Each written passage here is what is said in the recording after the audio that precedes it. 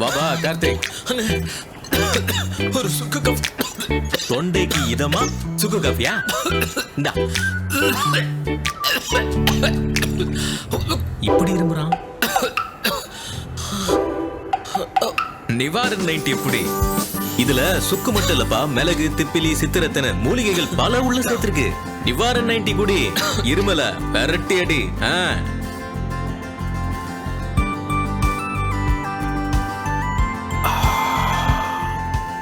நிவாரன் 90 ஒரு மருத்துவரால் மகத்தான மூலிகைகள் கொண்டு உருவாக்கப்பட்ட இருமல் மருந்து. எப்படி இருக்கு? உங்க காஃபியோட சூப்பரா இருக்கு.